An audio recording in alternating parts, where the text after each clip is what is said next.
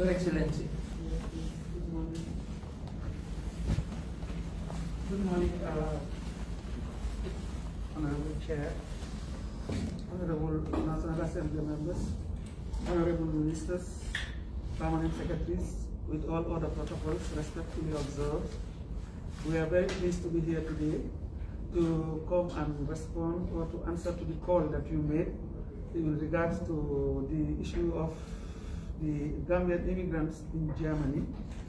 And to first of all put it into context that the invitations that you have given us that resulted in the postponement of those meetings was as a result of the exigency of service. We know that this is a very important issue to us and a concern, but because letters came in at times when the key actors were not present, and it was prudent and also mutually agreed that we should postpone them until we are able to get the presence of all the relevant ministers and sectors to come and join me to be able to respond and address this thing collectively. So on that note, I wish to apologize for those delays, because it was not meant for delays, but it was the circumstances surrounding the engagements of our ministers. Today we are here, and I am very pleased to say that we have all the key actors that are needed to move on with this process. And I want to thank all of them for having time. All of them arrived yesterday, and last night we had to call them. You can see the importance that is attached to this. With regards to the issues that you have raised, I think we are lucky we have the Minister for Interior here today. You also have the Minister for Foreign Affairs and their permanent technical team. And I am aware of the fact that some time ago you went to Germany as a result of a networking partnership that brought both of you together, and we knew that there were discussions that took place. I want to just put on record that when you came back, I didn't know that you visited the President, which was a good thing, so that he knows, because he gives it a very important focus. But also to say that we did not receive any report in my office to know what was the report of your visit and the purpose of your visit. That would have helped us to be able to engage constructively. So I will urge you to assist us to have access to those things, because if you don't have the information, you cannot act on it.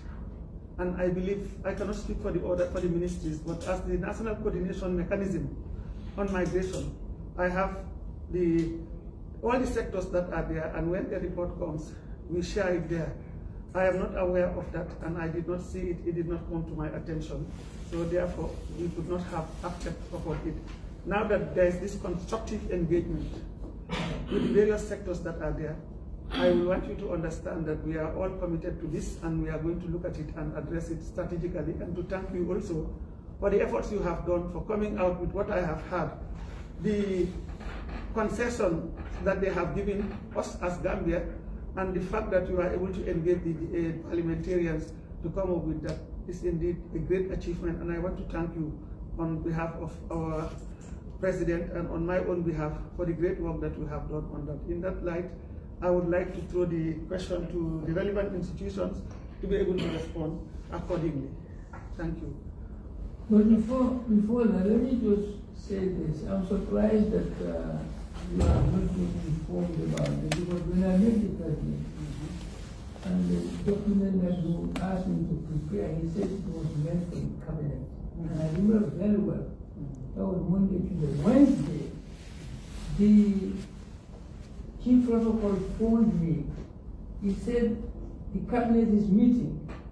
If your document is ready, and Billy left immediately with the document to the presidency, and he submitted it. And I'm sure that the document was submitted to the cabinet. As a result, the president even had a task force created for this purpose. They came here, we had a meeting.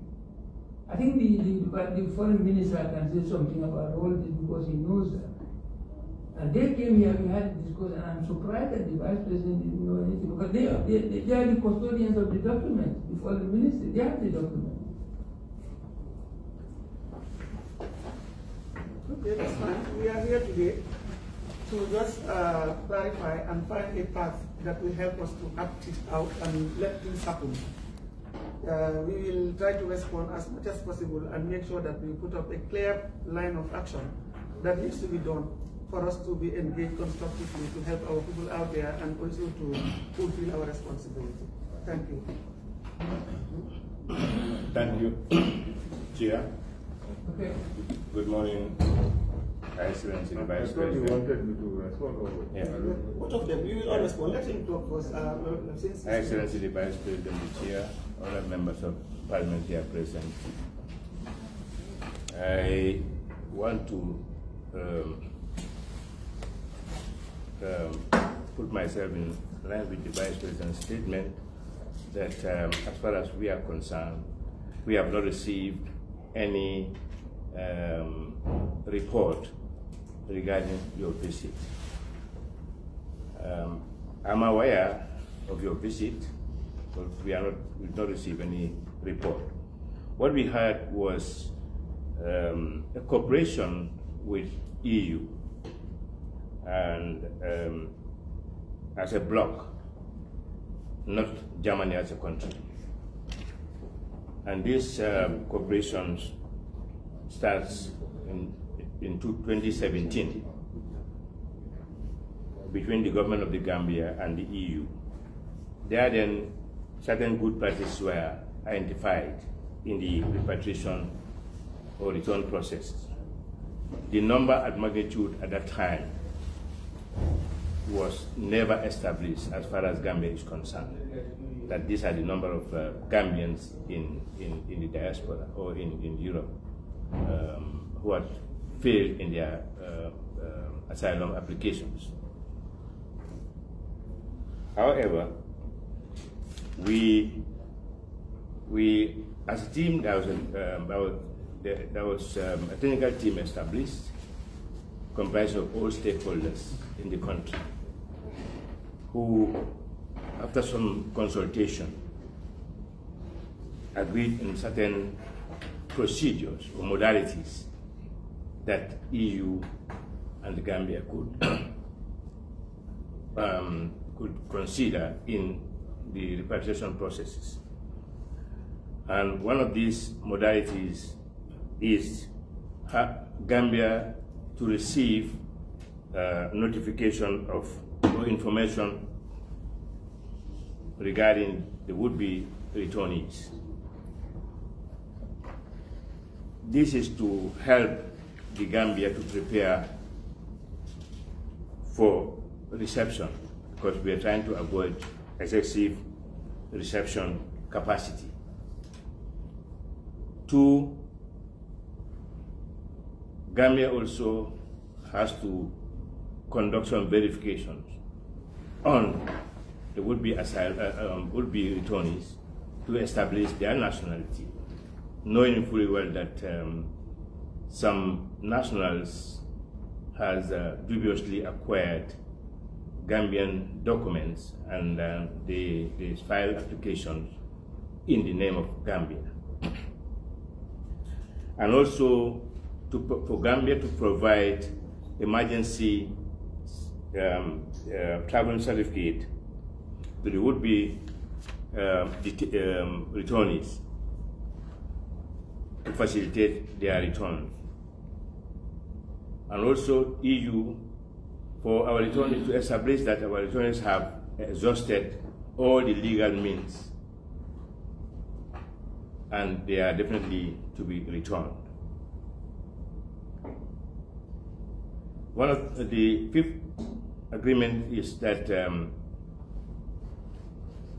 modality on reintegration of the returnees into our communities. And finally, to periodically or intermittently review those modalities. This leads to this is found in the good practice document that was signed in 2017 for the implementation. But at the time of signing that agreement, it was never established, or it was not established that we have this number of Gambian would-be returnees in Europe.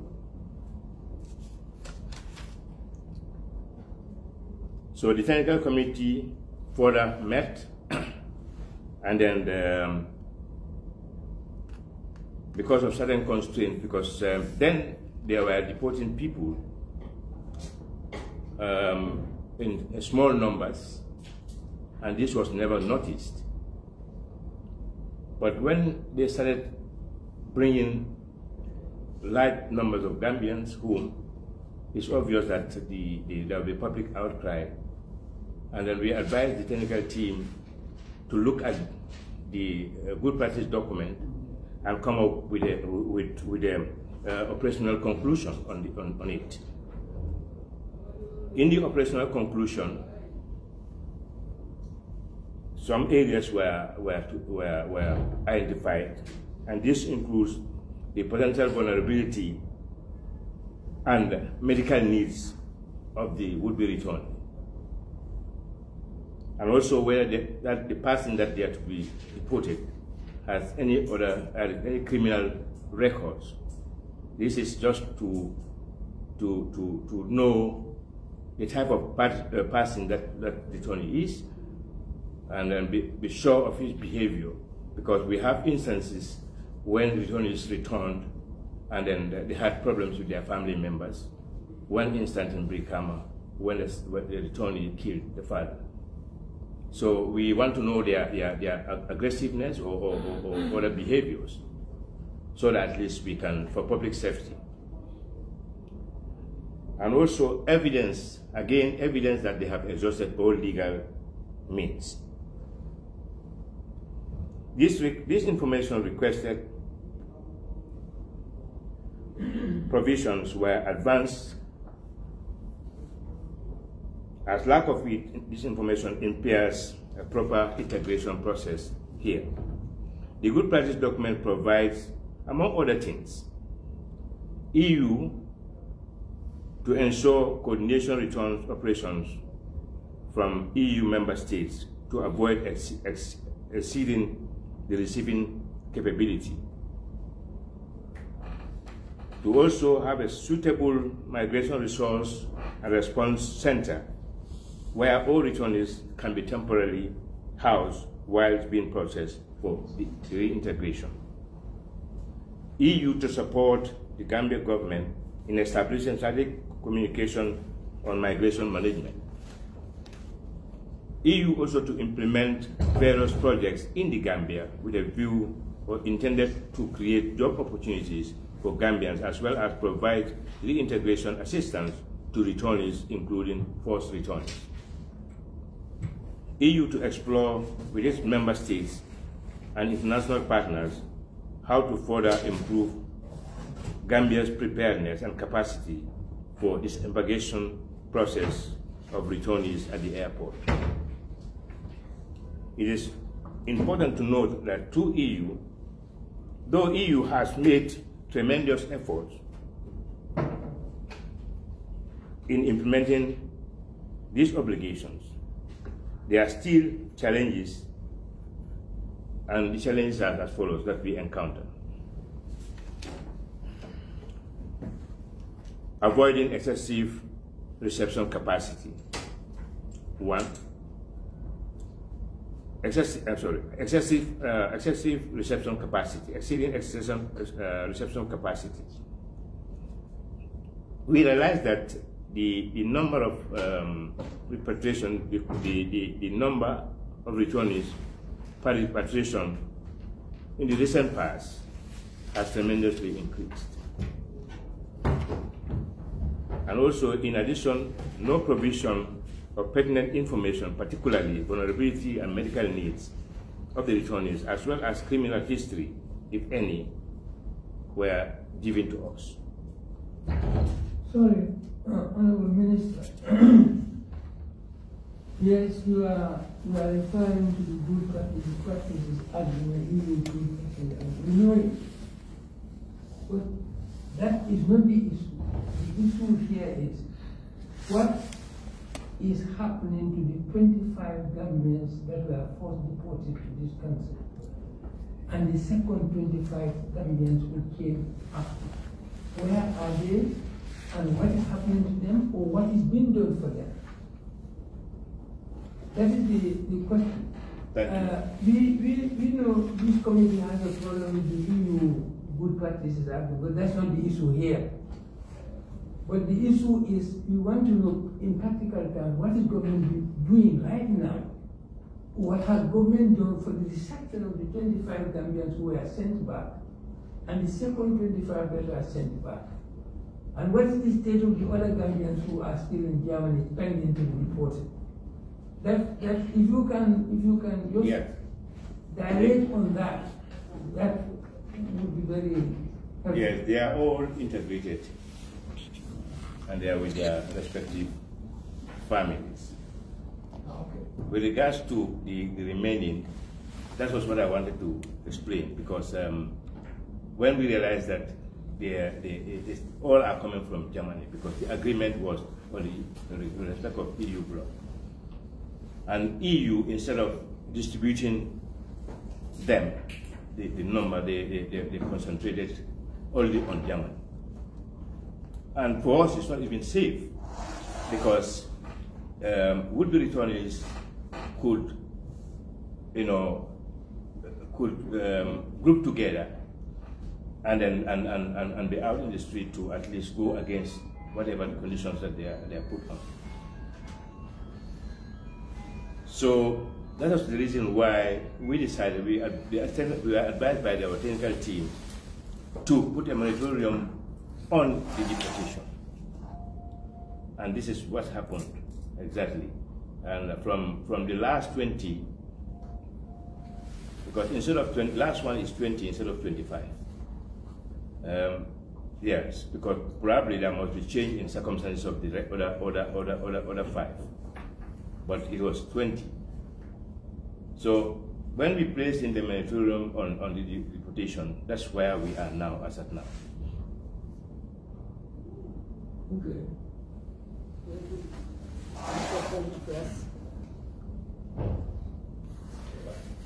Thank you very much. Thank you very much, Your Excellency, Madam Vice President, Honorable Chair of this committee. I'm happy that you intervene, because we are not talking here about the good practice document. The questions are very specific. When it comes to the first 25, that was a condition that was laid by the Germans to start supporting us. They came. The other 20 that came, we did not know how they came in, because the mission in Brussels covering Germany was not aware of it.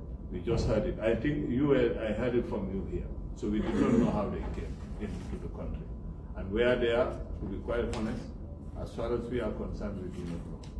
And I'm also, maybe it's been a long time, that's why they do not remember. But that document that formed the basis of our discussion was based on your visit to Germany. And that was extensively shared with all the group. I have it. It's been a long time, maybe that's why they might have forgotten. And in fact, that's why I called Boop, who was part of the delegation, to come, and Jafune, and they used to attend meeting at the office of the Vice President with all the stakeholders. All our discussions were based on that. But it's been a very, very long time. As far as the discussion on migration is concerned, we have to make a difference between the good practice document and the bilateral arrangement with Germany. And there we have to speak with one voice. I think that's very important. And that's why when the 20 came, I could be quite honest, if we were speaking with one voice, we would all have been in the picture. But that did not happen. And to my surprise also, I saw that even an agreement was entered between Baden-Württemberg and the Ministry of Interior. I don't know whether you saw that. When was that? I have the document. I can dig it. Who was the minister? Who was the minister? Who? Who was the minister? You were the minister. Yeah, I have the. No, it was not signed by you, but I've seen that document. So the most important thing for us to resolve this issue is to be able to speak with one voice. That's very, very important. And Germany, even if they have our Gambians, they cannot deport them. There are international law and treaties that they have to respect. That's why they are negotiating with us. And we almost understand also that all this discussion is fueled by the movement of the populace in Europe, who want to make people believe that all their problems are coming from the migrants, which is not true actually. And they want to transfer some of their political problems here, and sometimes you will see them going, talking to the press, saying things just to please their electorates. We've just seen it recently, and sometimes we do not respond. But this is something, even in Germany, what the language that the Development Cooperation Ministry is speaking is completely different from the Ministry of Interior. And I think we are basically on the same line with the Ministry of Development Cooperation. As far as the good practice document is concerned, we've written to the European Union to invite them to have a discussion, to review it, because it's everything but not a good practice document. I think that was signed under duress, and that we need to look at it carefully, and they are open to it. And Germany, when they are talking about deportation, it's not the EU, because they are all not speaking with one voice. Some have told us sometimes, where you remember when the former EU delegate was here, he will come and talk to us about deportation. But all the ambassadors will come and tell me that this is not the United States of Europe. And EU is not the one directing the foreign policy of the European Union. We are sovereign state, we have to take out it. If he's speaking on his behalf, not on behalf of member states. So that too we have to be very careful. Germany, you have a huge number of Gambians there, and I think we need to re-engage them. But COVID came and no one could move around. We need to sit and discuss with them and to find a solution. Because we cannot also continue to deny the fact that these are Gambians who will not accept them. It's our duty to accept them. It's our responsibility to accept them. And they have a responsibility also to support us, because when these people were going, they did not go as criminals. Some of them became criminals in Europe. So they should help us integrate them. And what they call criminals also, not all of them are criminals, because even if you commit a traffic offense, they can classify you as criminal. That too, we have to be very careful.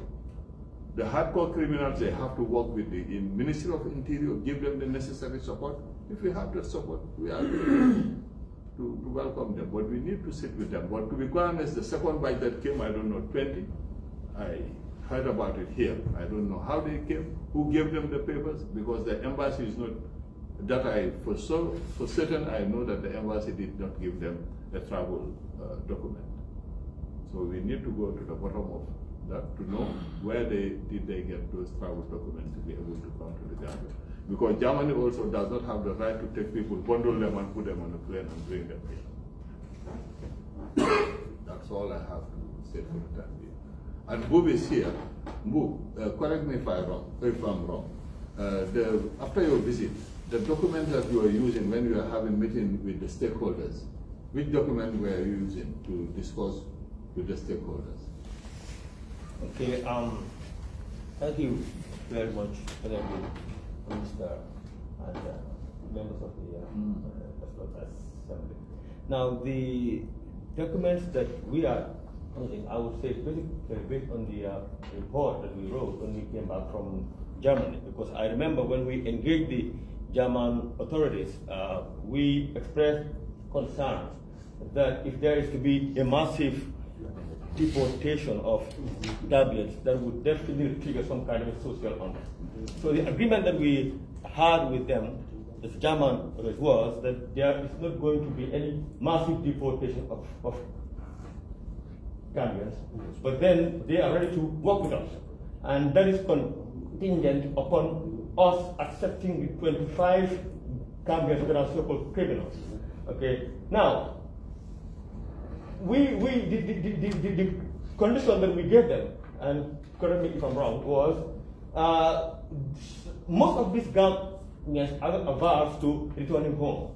But what they are saying is those who have a clean slate, those who haven't committed any crime, we want to see how we can work with the German government for them to be given the opportunity of being We trained. know that, sorry to cut you short. What we want to know, did you share that document with the committee? Yes, Our committee. No, not only this committee, with the government committees, because you are part of that committee. we shared with the team that went with us from the National Assembly, and also the Office of the Vice President, and also the Office of the Vice. But not the Minister of Interior. I'm not the MC. No, but you are part of that committee. No, the committee did not receive any. He's the focal person for that committee. And the committee The Ministry of Interior, if my memory serves me well, we did send you a copy, but I can check our records. No, don't worry. We'll check the records. And the other thing, you discuss on it. Yeah. Discuss on the report. What came? What? No. You report on the report without, even if you have turned it, that I'm not quite sure. But when the discussions on the area recommendations, the Ministry of Interior, who is a stakeholder to this, should have been informed and should be part of that discussion. And we are never informed. He is the focal person there. May I just come here?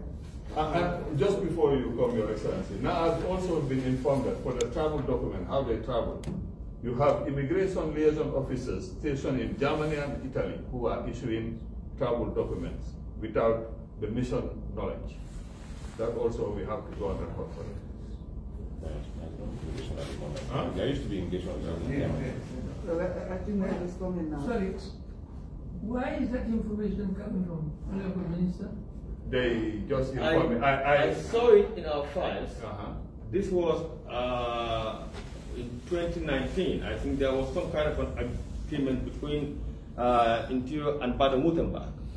But then I later found out from our mission in Brussels that 2 officials from the immigration department have been stationed somewhere in, issuing travel documents. So I even engaged the German charge d'affaires, and I said, this is not a normal practice, because from my experience, it is the embassy that should issue travel documents. So how has it happened? And he couldn't explain anything. I personally told him, I think to some extent, I'm sorry, but I think you have tricked the government into doing it, but this is not right. This is not right diplomacy. So that has to be corrected, because it is the embassy that should issue to travel document and not any and later on, I remember, because I remember when this issue came to my table, we realized that they went there through an arrangement with the immigration department through the Frontex program. So as you rightly put it, they were tricked and sent people there, and they were issuing travel documents without the knowledge of the embassy under their jurisdiction. Yes, So if I may come in, with regards to your trip to this place, to German, with the National Assembly members, okay, in fact, when the issue came, we realized that Foreign Affairs is going with the National Assembly. And I, put this, came up with the point that, look, but I think the Ministry of Interior is very key in this. If Foreign Affairs is going, obviously the Ministry of Interior should be part of that team. But that has never happened. So when you people came, the report was stretched. But as a ministry, and I'm the former part of my person, I have never seen the report regarding your visit to this place. When as a technical working, NCM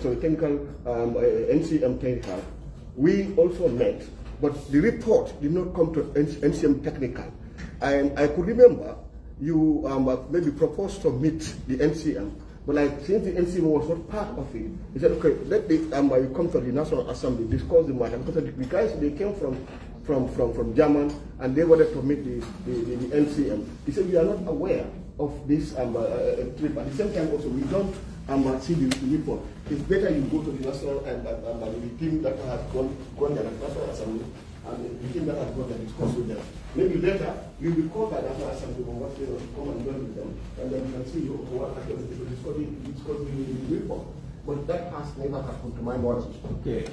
I'm sorry, with the issue of the body book that you were talking about, like the Ministry of Interior signed maybe a memorandum whatsoever with them.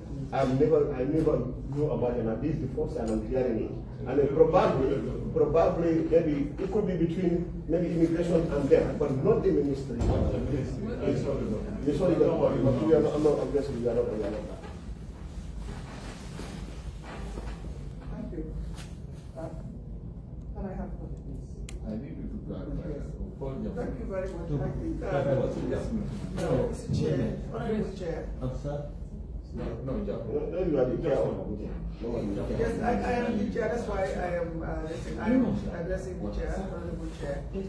Now, this is something that we have to discuss in a way that is going to be very professional. We are not here to put blames on each other. It is not right to take that approach. We all know where we are coming from, and we know how institutions have not been doing their jobs properly. We also have inherited a very difficult situation. Documentation was a problem. We have to accept that. And we have a clear task of having to respond to these things, and it becomes a very challenging and daunting issue, especially on matters like this, when it just comes to our table, and we have the whole world and the global order is determining how people are reacting in terms of this migration phenomenon, and Gambia cannot be left behind. One thing that is first that we have to agree is that communication is not very good among the various sectors, and we have to accept that. We have to acknowledge some of our weaknesses in order to be able to do the right thing and address the things in a way that will create synergy. All these issues that you are discussing, the Ministry of Interior has a very key role to play there. The Ministry of Foreign Affairs has a very key role to play there. They are the conduits through which everything is going to go. As the Office of the Vice President, our coordinating role is to make sure that we create synergy between all the sectors that have some implication with regards to this, and we are doing that very well. I'm not blowing my trumpet. What is happening is that when it comes to travel, people tend to hijack it and do what they want, and don't follow the due processes. And because we don't follow the due processes, when the time of accountability comes, it becomes problematic. People try to be on the offensive or the defensive. This is what is happening. Now that you have called us, and I'm very pleased with this, I think we have to look at things objectively and critically, so that we open a pathway and deal with it in a very professional manner, and a manner that is going to help us have solutions to move forward. Now, I want to say that communication is key, and that has not been going on very well. But being the chair of the National Coordination Mechanism, I am always asserting my rights to say meetings are supposed to be. I'm not seeing the meetings. I know there are other technical groups that are supposed to be working together, like the immigration, he's the focal person. Then you have to, over there we had Tangara before, and now we have, am I right? At the MOFA. It's Kamara. Now they all have their focal persons. And at the end of the day, we agree on the modus operandi, where I think I have said that every quarter we have to sit down. I want all the sectors to come so that we look at the progress that is going on. Letters are written, they are copied to me, but they pass through the Ministry of Foreign Affairs. You understand? There are challenges, of course. Sometimes there are delays. Sometimes we don't get it until we come to the meeting and we said, we discussed the matters, and I said, I don't have a copy of it. You see, it is not the fault of the ministers, but it's the way the management is operationalizing some of the communication issues, and we have to do it. It's a problem, and we will look at it. Now, when it comes to the issue of the cooperation, like the Minister for Foreign Affairs said, you know, when you deal with diplomacy, you look at bilateral relationships or multilateral relationships. There are certain countries that have their political intrigues within the country and have their bodies who are very powerful, but not in the hands of affairs. And because they are not in the hands of affairs, they will have the will and the guts to say this is what needs to be done. But when the chips are down, it has to go through the right channel. And that is what happened with the case of the Barton Württemberg. It was good that you traveled, you went, and these were very good deals, according to your report, what I have had. Because we have to be responsible to take our responsibility and duty, despite the fact that the political economy, the global political economy, is determining a lot of issues that we have to recognize, and we cannot be left behind. If we go and there is this opportunity that the National Assembly members have gone and they have come. I think the witnesses there is that I did not see that report. It was not reported to me, and it was not discussed at the national coordination mechanism level. We are not aware of that. Those who went also did not talk about it. I want to register that very clearly. If they had done, I am always running after what they call low-hanging fruits. Anything that comes to the Gambia and is something that will take us one step ahead, I go after it, irrespective of where it is coming from. Now, that did not happen. Now that this has come to this stage and you have gone and come, and there were a lot of things that have happened, we should have followed it. If those who have gone have communicated and made a report and brought it there, we will incorporate it into whatever strategy we have. I want to accept that witness.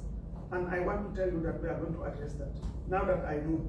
Number two, the issue you raised is very specific, and I think we have to deal with it correctly and directly. There was a communication which I asked, because I was going to see you, because we have postponed this meeting twice or 3 times. This is the 3rd time we are coming, or 4th time. And I said we must be there to go and deal with this, because it's a very sensitive matter. It's important, and it has ramifications for our image internationally and even in the country. We have to go. Today, I am happy that all of us are here. We are here to deal with it in a very professional way. I'm not blaming anybody. In fact, I'm ready to take all the blame and to deal with it. You understand?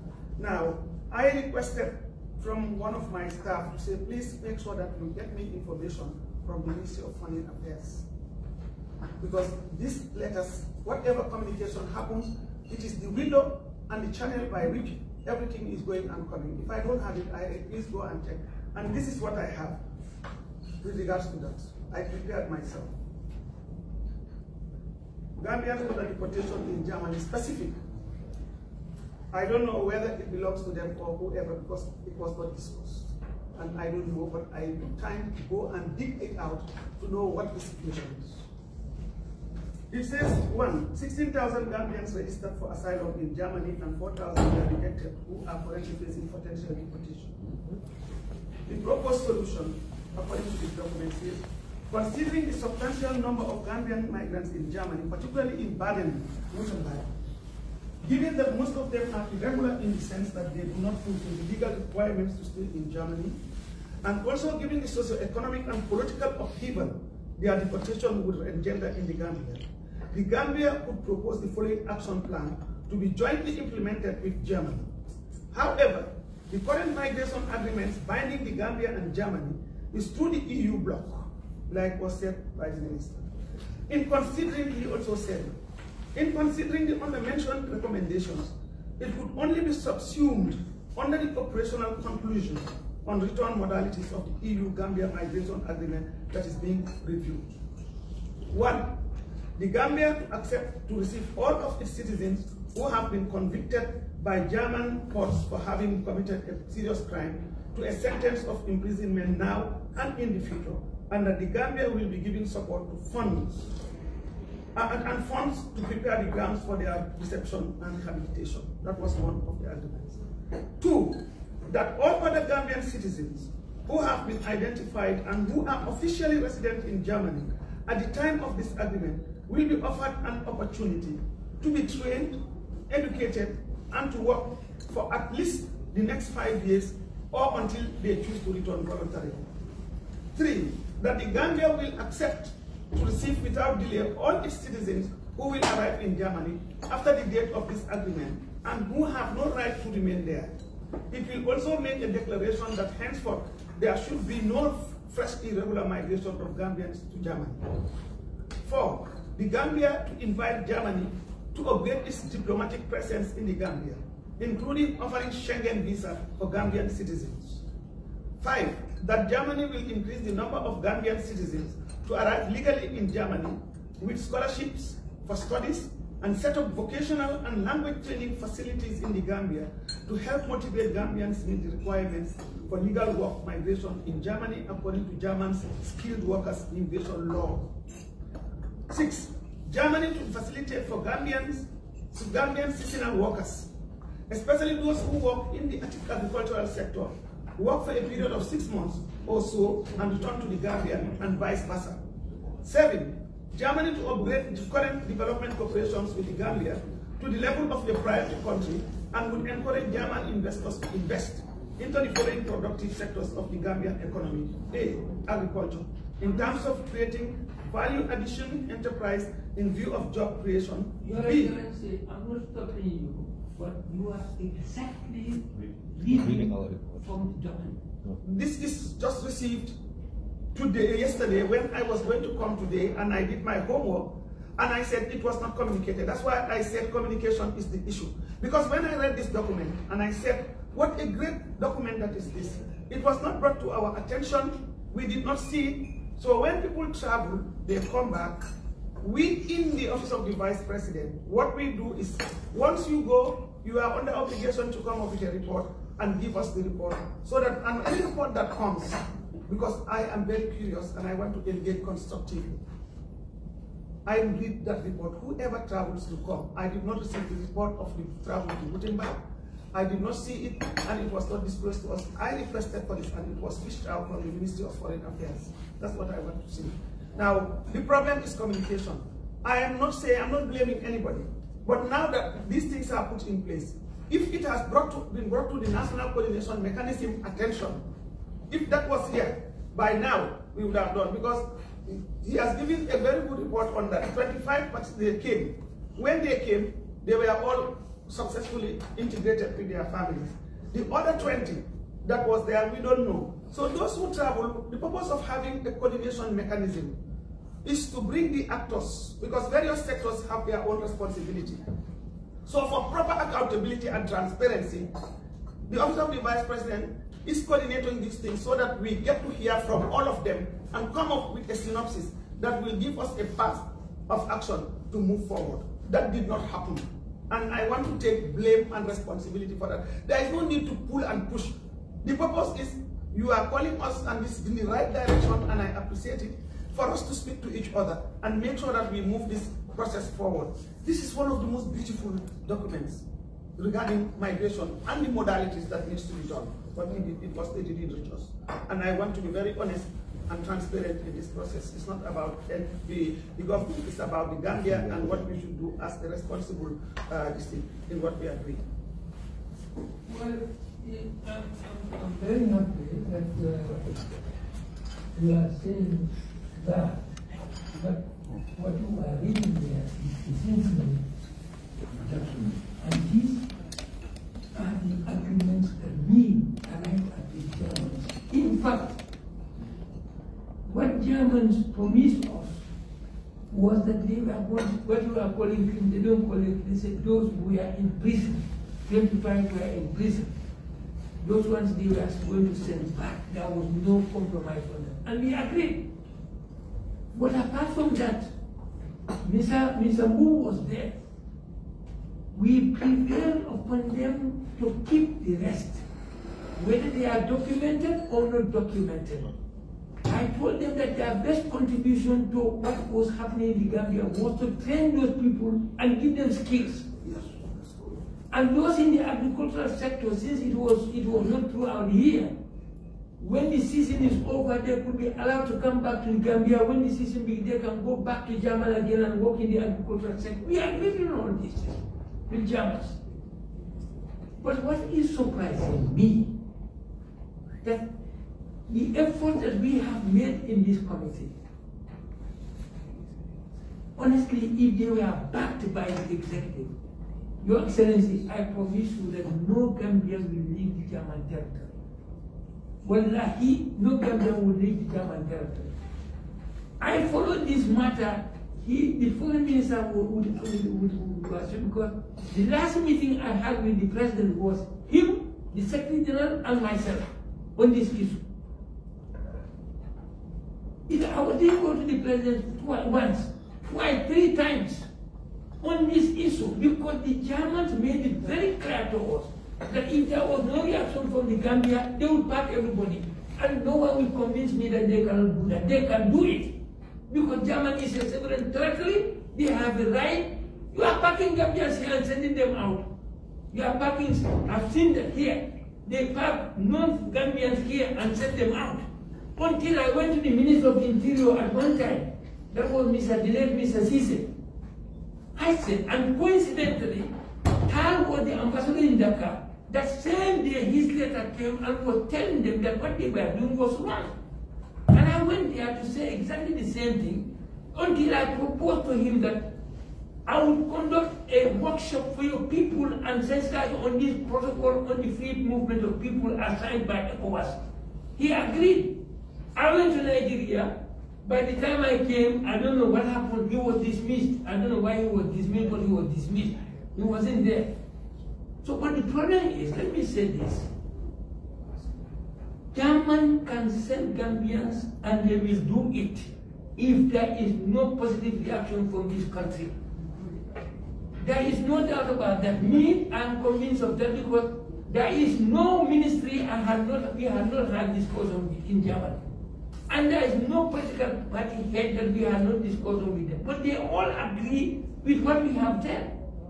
And that's why I'm very positively sure that if our efforts were backed by the executive, not apart from the 25 who were in prison, nobody would have left Germany.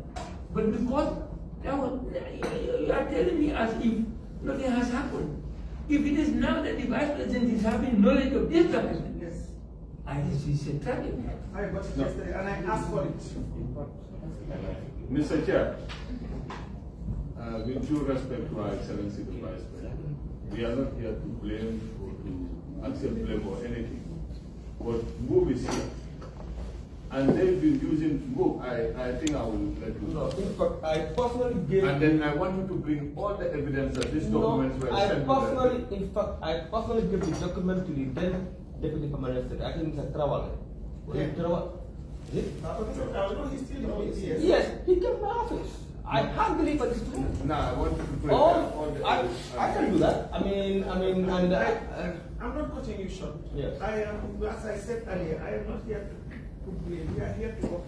No, it's for the sake of clarification. I want that's you to what I'm bring all the saying. evidence. I am not accusing Okay. anybody. What I am saying is that Can I make a I proposal? made efforts to get this. And indeed, yesterday when I requested for this information, it was the deputy who gave it to me. It's only yesterday, before closing time, that I got it. Now, I'm not blaming anybody. What it requires, when this happens, you can even summon me and say, look, we have come back. Can we have a national coordination mechanism meeting? So that you tell us, because it was attended by a very high power. The National Assembly members who have gone, you have done your bit because you've gone to see the president.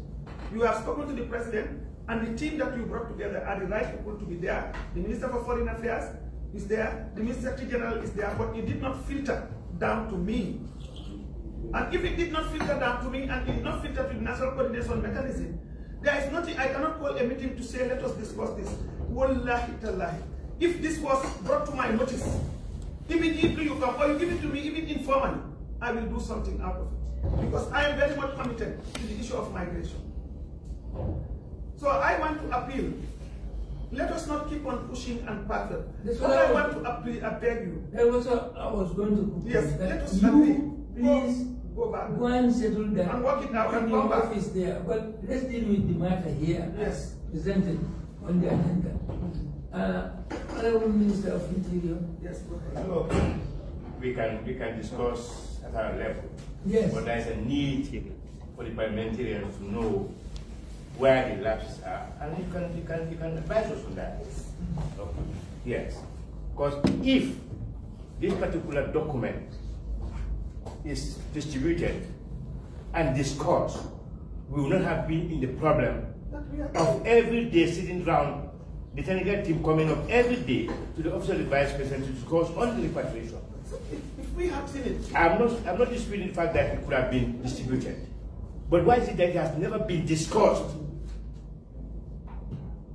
And on almost every month or every two weeks, the task force is meeting. Yeah, I make sure that and Vice is chairing that task force. Yes. And this, with all the struggle that we are discussing in respect of deportation, this matter was never discussed. And we all know, we are all aware that Germany is the one bringing the largest number. So why is it that it's not all our discussion is centered on Germany? So if this document was discussed, we would not have been in the situation that we are today. The strategy is very clear. No. I'm not blaming anybody, but I want to just say, Mr. Chair, Honorable Chair, what I want to say here is that it is very clear that the problematic is on our side. I want to acknowledge that. The problematic is on our side, and we have to go and do our homework and make sure that we communicate. We come up with a clear plan of action. If you would agree with me, come up with a very clear plan of action on how to deal with this and start engagement through the relevant institutions. The Minister of Interior is responsible for deportees, but it cannot do anything if the Minister of Foreign Affairs does not communicate the information and act. So they have to work in synergy with all the other relevant institutions. So I am appealing, now that this is clear, because I didn't tell them I have this. Yesterday, it was before closing time I got it, because I don't face any panel without preparing myself. I don't do that. So I got it, and I got some more information. So all I want to say is I am appealing that this is today we are here, the ministers are here, it's a very rare occasion. We will go back. I will call immediately next week a National Coordination Mechanism meeting. And in that process, you will be invited in that meeting, because we are trying to prepare the path of the migration compact, which will be presented in May. I want you to be there. So these are the issues that we are going to deal with. But to make it very clear that what the Minister of Foreign Affairs says in terms of dealing with other entities that are not within the, that deals with nation states, it has to go through the right channel, and that was not also there, and we have to accept so that we understand how we engage bilaterally and multilaterally. Exactly. Yes. Well, yes, thank you very much, Chair. Your Excellency, Vice President, Honorable Ministers. I think the lapses are now identified, and then I think we also appreciate our concern. What we need now is action. We are really concerned about the plight of these Gambians who are there, and then action needs to be done. Now you have agreed to gather your act. You would want action, as the Vice President said, and the soonest the better. Yes. Let us come with a position as a country, but let us agree. I think the report spelled it out very clearly. Yes. Those that they consider, and it's good to also distinguish the crimes, the misdemeanors and the crimes that are a menace to society. We can accept those back. But for those the others who are there, it's better we have arrangements that they can be kept there, trained. If they are really interested in our democracy, our fledgling democracy, to support our process here, to make sure that there is stability in our country, there is peace, to promote democracy, it's better that they support those Gambians who are already there. Because in 2018, I personally undertook a tour to Europe, and when I came back, I reported to the Honorable Minister of Foreign Affairs what I did. I went to 7 countries, and basically it was to look at the situation of the migrants who are there. I've been to Milan, to Germany, Italy, in Milan. It was horrible. Over 100 young people sleeping in the streets, those harsh weather conditions. And the position that I was promoting, in fact, that's what is reflected in the report, that those Gambians who are there, let them be trained. Let them be trained, acquire skills, and I'm telling you, if they are trained and they acquire these skills, they will not be returned, because they will allow them to be returned. They will find preoccupation for them. I think this is the position. This is the language that both of us are speaking, the legislature and the executive, that let us engage. So it's better that we engage. So the sooner, the better. Yes, the sooner the better. I assure you that I will do my best with the team now that we are here and together. I want you to, what I want to say here is that let some of our ministers not feel that we are against them. I'm against them. I am not against anybody. We are dealing with matters that we are accountable for, and we must take our responsibility. The problem we are facing is communication gap. If we are communicating and being transparent with what we are doing, it will be easy. And I am ready to take the blame. I will take the blame. Give me the time, soonest we will get back to it. Okay. Yeah. But before... Yeah, before, I just want a little clarification. We are here as a government. It's a team. Not that one is blamed or you consider of being blamed. That's not a problem. But I want, for the sake of clarity, for us to know, to identify the lapses, the gaps. But for certain, I have trust and confidence in my team that they, because I know these were very meticulous young men. and they've been joined. So I want you to prepare all the documents, everything, and share it with the National Assembly and with the Office of the Vice President. And certainly, you had meetings. You must have taken minutes. Yes. The minutes also will clarify everything. And sir, if I may say something, Your Excellency, Honorable Sila made a very salient point, and that is what is the next heavy step to this problem. I remember in Germany, we promised that government will field a high-powered delegation to Germany to engage the German government. Yes. When the German Minister for International Cooperation visited the Gambia, this was like 2 or 3 months ago, or 4 months ago, October. He had audience with His Excellency the President, and we assured him at that level that sometime this year, Yes. we will field a high-powered government delegation to go to Germany to discuss issues like this. And I remember exactly what he said. And what he said was that will be highly appreciated by us Germans, and I am sure it will be very, very positive. So my deduction is, once we send a high-powered government delegation to Germany to engage them, a lot of these issues will I agree with that, but before that, identify the lapses so that we do not commit the same mistake. So make sure that you prepare all the documents, share it with the National Assembly and with the Office of the Yes, President. what I want to do is I really appreciate what he said. It's important because it's lack of access to this information. That's why we are having differences in opinion. If I had access to this today, this would have been the basis by which we're going to discuss. I got it just yesterday. I've made it very clear. Now, the second thing I wanted to say here is that the visit has been proposed a long time ago when it came to the issue of 𝗓𝗓𝗓𝗓. And I was told, the Minister of Foreign Affairs he said we cannot do it with the 𝗓𝗓𝗓𝗓 directly, but we have to go. And that was right. So what he is saying, apart from the information, the lapses also are when people come and want to do certain things and it's not in line with international diplomacy ethics, we cannot accept it. Because as a country, we must be seen to embrace international best practices and standards. He told it, and they have even personally been calling me when are you people going to make. I said that is in the hands of the Minister of Foreign Affairs. If it is me who is coming, it has to go through the Minister of Foreign Affairs, and the Minister of Foreign Affairs will advise. I have said that to them. And then we will constitute the team that is going. But it cannot be like, and what he said it, and I did my research, he was right. That's all I want to say. First, the first practical thing is bring all the documentation that is supposed to be, in my view, which will be brought to the national coordinating mechanism, and then follow diligently on the other correspondences with regards to the processes that are needed for us to field in that type of delegation that will be comprehensive. If you agree with me, Honorable Chair, I want to just appeal that you allow us to go back and do our homework, and I get back to you soon. No, of course, we are agreeable to that, because we want something positive to happen. Yes. And I don't want to talk, because if I talk, that's going to be an explosion. Because the amount, no, I'm telling serious, the amount of work I've done in this matter, if I talk, it will be an explosion. Big explosion. But I leave you to go, and then you come back. But please know that what we are doing is to help you address an issue. Absolutely. I don't want to blow the trumpet of the committee, but the work we have done in Germany,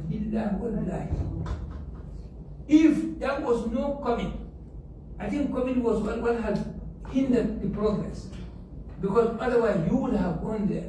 If you had not gone, the president would have gone there, or you would have gone there. That was the arrangement. But COVID came, and there was no travel. But now, you must do something. The Germans are prepared to help. This document you refer to, EU best practice document. It is not hostile to bilateral negotiation. There is a clause in it. Excellent. So why can't we have a problem with Germany?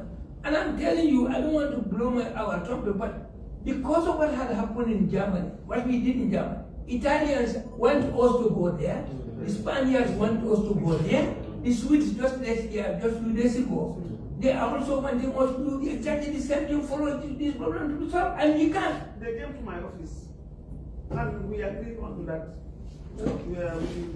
Anyway, come on, you want to say something? Yeah, I don't want to repeat anyone. It's just to reinforce what the can said. I mean, this is a national problem. I keep on telling people, let us not politicize the situation. You are either affected directly or indirectly. I have 2 of my blood brothers in Germany undocumented. In fact, when they call, I keep on telling them, come back. As we speak, they keep on calling that they don't have documents. So let us, the willingness is there on the side of Germany to maintain these people. So what is the way forward? Let's work together and then make sure that the problems are solved and then this thing is thing of the past. Because, I mean, being the elected representative of the people, they keep on blaming us, they keep on asking us, you are not doing A and B, you don't know the country. The social media is there. Anything that happens, they keep on reporting, and most of the time, on a negative basis, they report. So let's do something to make sure that the problem is amicably solved. I want to inform you that there is a very highly organized Gambian in Germany who are trusted by the German government. They work hand in hand with Germany. But each time there is a problem, they refer to this organization. It's there. They are there. I think the foreign minister must have met them. We met them. And Mr. Mbu was there when we met them. And they are still working.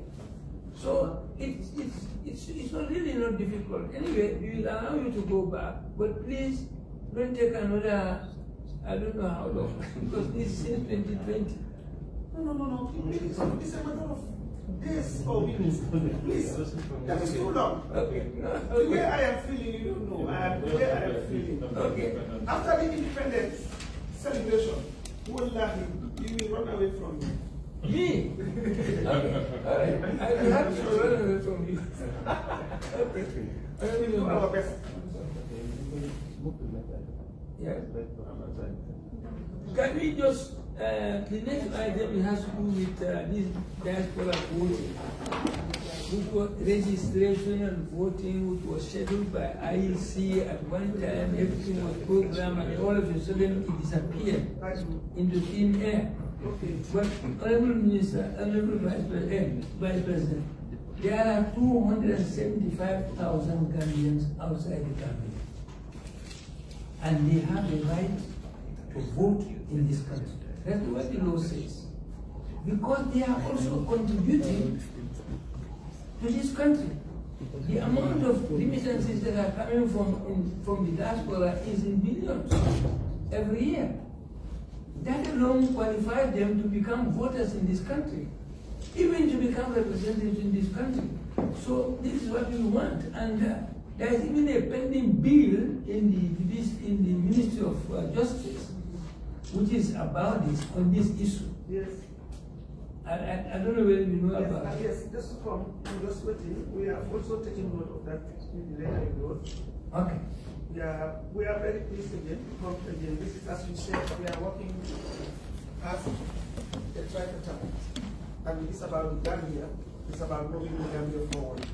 And whatever we are doing, ushering, maintaining and managing a democracy is based on rules and regulations. It's a rules-based relationship, particularly when it affects a country.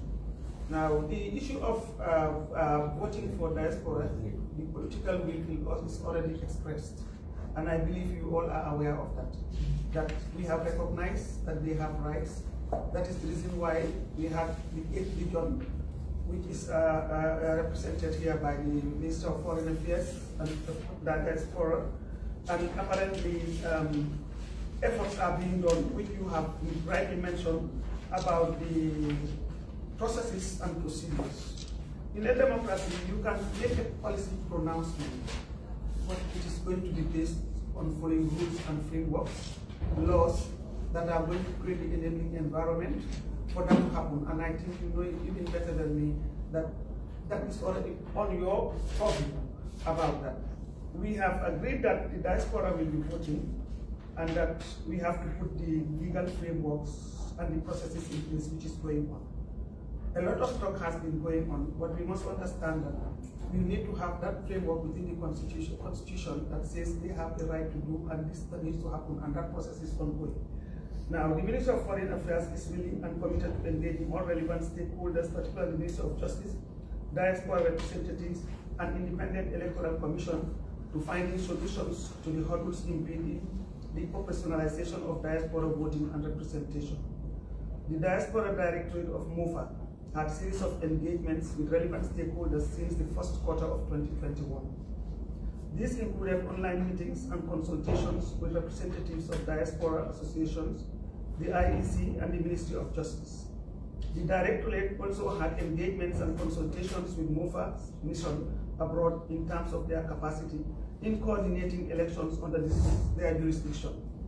With support from the Migration and Sustainable Development Project, MSDG, studies were carried out to confirm countries whose laws permit Gambians with dual citizenship to vote, countries with substantive Gambian population to qualify voting taking place in those jurisdictions. Polling stations have also been demarcated in identified cities as follows.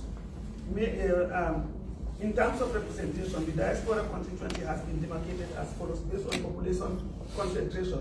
You have Africa, South and Eastern Europe, North and Western Europe, Americas and the Caribbean, Middle East, Asia and Oceania. In view of the above, MOFA's position is to start the discussion with relevant stakeholders, including Ministry of Justice and IEC, especially to look at the legal hurdles impeding the operationalization of the diaspora voting. As you are already aware, there is a constitution that is coming up.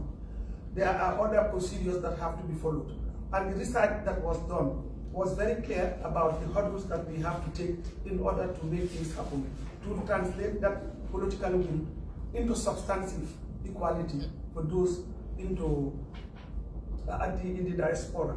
The main criteria for deciding the countries and locations in which Gambian diaspora registration voters will take place are countries and locations with the highest number of Gambians, countries and locations where national or local laws do not disallow diaspora voting, and countries and locations where it is reasonably practicable and safe to undertake diaspora voting. So these are all things that are going. I don't need to go into it. I'll make sure we send you the copies of what the research is all about and how it has been demarcated and so on. But with all this done, I am speaking to people who are not adept in lawmaking as National Assembly members. You know that nothing happens without the law, and nothing happens without a bill. And that is the process by which we can actually actualize everything. So looking at what I have presented on behalf of the executive, and also the research that is being done working with partners in the diaspora, it is obvious that the political will is quite clear that we are going to take note of the virus and that the constitution that is going to come will also have to address it so that it will take place. We pray that everything will be in place. We will come up with a bill that will take note of that, and you are the people to make it happen. So we are together in it, we are in sync, and even the statistics have been put in, and all the criteria that is needed is put there, and the participation of the diaspora and those that have the right to be there are all also considered. So we are in the right context, things are moving, but people have to be patient, because when you say we are going to do this, you cannot do it without following the due process. And that's where we have the social media misrepresentation, you have disinformation, you have a lot of things being said, but it is obvious and very clear that the path that we are taking to empower the diaspora is a right, a fundamental right, and part of their civil liberties as enshrined in our constitution to get engaged in, and we are doing the right procedures for it to happen. So I would indulge your patience and all of us working diligently and effectively and efficiently in this process to make sure that the commitment that is made will be fulfilled and through the right procedure without leaving gaps and having to go back and forth, but for the due processes for it to happen. So we are on track, we are ready, and we will engage, and we cannot do it without you people. So I believe that's what I want to say, except if you want to say something, if you want to say something. Yes. A lot of things have been done, the study has been done already. Thank you. Yeah. Yes. Yes, thank you very much, Chair. Honorable Vice President, thank you for the expressed goodwill of the executive with regards to this issue. But I just want to say that the constitution that we have, as it exists, provides for diaspora voting, because it is saying that every Gambian is entitled to be registered, either to vote or to offer, to register to vote, and also to offer himself or herself. But we understand the challenges of logistics, the modalities to develop, in terms of facilitating that. We understand that these are challenges and they need to be spelled out. But as you said, we are really looking forward to it, but it's a concern. They ought to be participating in the processes of this country, particularly elections. So we would also welcome, as we said, this new constitution the country deserves. We deserve a new constitution that is more comprehensive than the existing one. But I just wanted to say that the constitution as it is provides for diaspora voting. But those are the challenges that we would appreciate. Yes, thank you. Thank you very much. Okay. I think we can end this meeting now with a prayer and look forward to seeing you very soon.